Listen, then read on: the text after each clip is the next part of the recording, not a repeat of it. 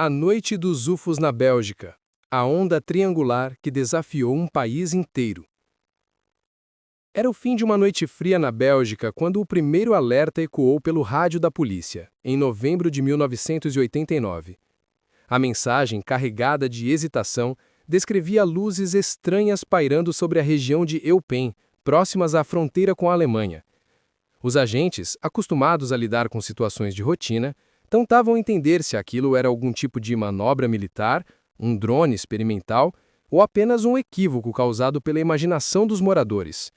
Mas, levando em conta o tom sério das testemunhas, decidiram seguir as coordenadas e verificar o que estava acontecendo. Ao chegarem ao ponto indicado, 2 policiais belgas avistaram algo impossível de ignorar. Um enorme objeto triangular, de cor escura, pairava silenciosamente sobre trechos da floresta. No vértice frontal, uma luz branca intensa pulsava de forma compassada, enquanto outras 2 luzes avermelhadas permaneciam estáticas nas extremidades do triângulo. A nave flutuava tão baixo que parecia desafiar qualquer conceito de aeronave convencional. O mais perturbador era o silêncio absoluto. Não havia vento, motores, ruídos mecânicos, apenas o som natural da noite. Os policiais desligaram o rádio por instantes, incrédulos. O objeto começou a mover-se lentamente, como se escolhesse o caminho com precisão matemática. Em vez de voar rápido ou mudar bruscamente de direção, ele se deslocava em velocidade constante, lenta e estável, quase desafiando a gravidade. Os agentes seguiram o trajeto com a viatura, tentando se aproximar, mas a nave parecia responder à distância deles, mantendo sempre uma borda inalcançável. Em determinado momento, ela parou, realizou uma leve inclinação e subiu verticalmente com aceleração absurda, desaparecendo a olhos vistos. Aquela testemunha isolada, por si só, já seria suficiente para gerar especulação. Mas o que ocorreu naquela noite e nos meses seguintes se transformaria em um dos maiores eventos ufológicos da história moderna. A Bélgica, um país pequeno e organizado, experimentaria uma onda de avistamentos tão bem documentada que até hoje representa um dos casos mais sólidos da ufologia mundial. Nas semanas posteriores ao primeiro incidente, dezenas de relatos passaram a ser registrados diariamente. As descrições eram sempre semelhantes: um objeto triangular, silencioso, gigantesco, com luzes nos vértices e comportamento aéreo impossível de reproduzir com tecnologia conhecida. Engenheiros aeronáuticos, pilotos e militares se mostraram perplexos com as características descritas, que contrariavam princípios básicos de aerodinâmica. Não demorou para que as forças armadas belgas se envolvessem oficialmente. O número de relatos aumentava a cada noite, vindos de diferentes regiões e registrados por cidadãos comuns, motoristas, policiais, controladores de tráfego aéreo e militares em patrulha. Ao contrário de muitos governos, que tratavam tais ocorrências como tabu ou piada, a Bélgica adotou um procedimento transparente e científico. Investigadores civis e militares passaram a catalogar cada testemunho, fotografias, desenhos e medições de radar. O ápice da onda ocorreu em 30 de março de 1990. Naquela noite histórica, múltiplas estações de radar do país detectaram objetos não identificados realizando trajetórias impossíveis no céu. O comando militar, acreditando na possibilidade de incursão aérea clandestina, decidiu agir e enviou caças F-16 para interceptar os intrusos. O que se seguiu tornou-se um dos mais impressionantes registros de perseguição aérea já documentados.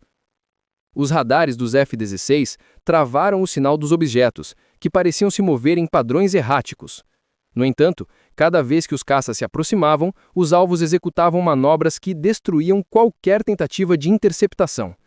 Em menos de 2 segundos, os sinais subiam de 1.000 metros para 3.000 metros, depois desciam de volta quase instantaneamente. Em outras ocasiões, desaceleravam a velocidades negativas ou se moviam lateralmente de forma abrupta, sem qualquer perda de estabilidade.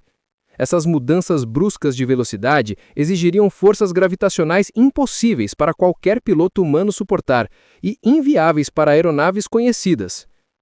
Os caças tentavam acompanhar, mas os objetos sempre escapavam como se previssem cada movimento militar. As gravações desses radares, analisadas posteriormente por equipes independentes, mostravam dados que pareciam desafiar até mesmo os melhores especialistas da indústria aeroespacial.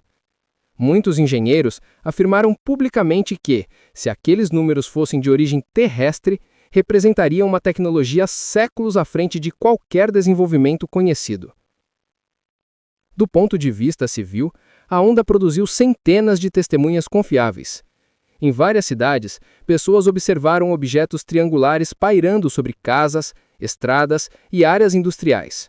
Alguns relataram que a nave parecia intencionalmente mostrar-se, voando tão baixo que permitia distinguir detalhes da superfície metálica.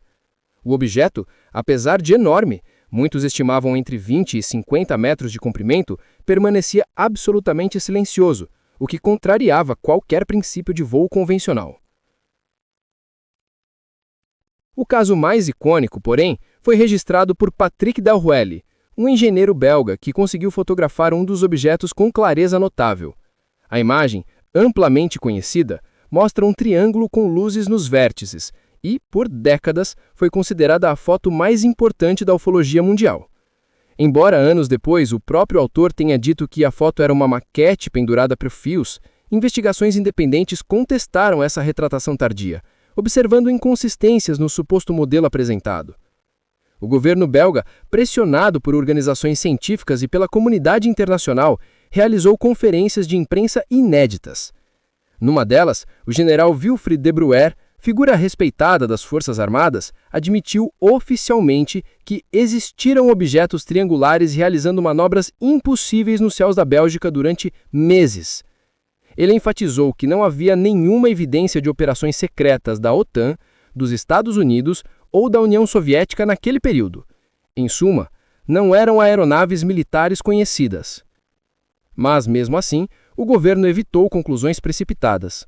O relatório final classificou os incidentes como fenômenos não identificados, sem descartar origem extraterrestre, mas também sem afirmá-la explicitamente. A transparência belga foi elogiada mundialmente, e o episódio consolidou-se como um dos casos mais bem documentados da história da ufologia moderna. Com o fim da onda, os avistamentos diminuíram, mas os registros oficiais permanecem até hoje como material de estudo para pesquisadores e universidades. A Noite Belga de 1990 tornou-se referência para qualquer investigação séria sobre fenômenos aéreos anômalos. É o tipo de caso em que há vídeos, há fotos, há radar, há testemunhas militares, há investigações oficiais e, principalmente, há dados que não se encaixam em nenhuma explicação convencional. Hoje, décadas depois, os belgas lembram com fascínio daquele período em que o país inteiro parecia olhar para o céu em busca de triângulos silenciosos.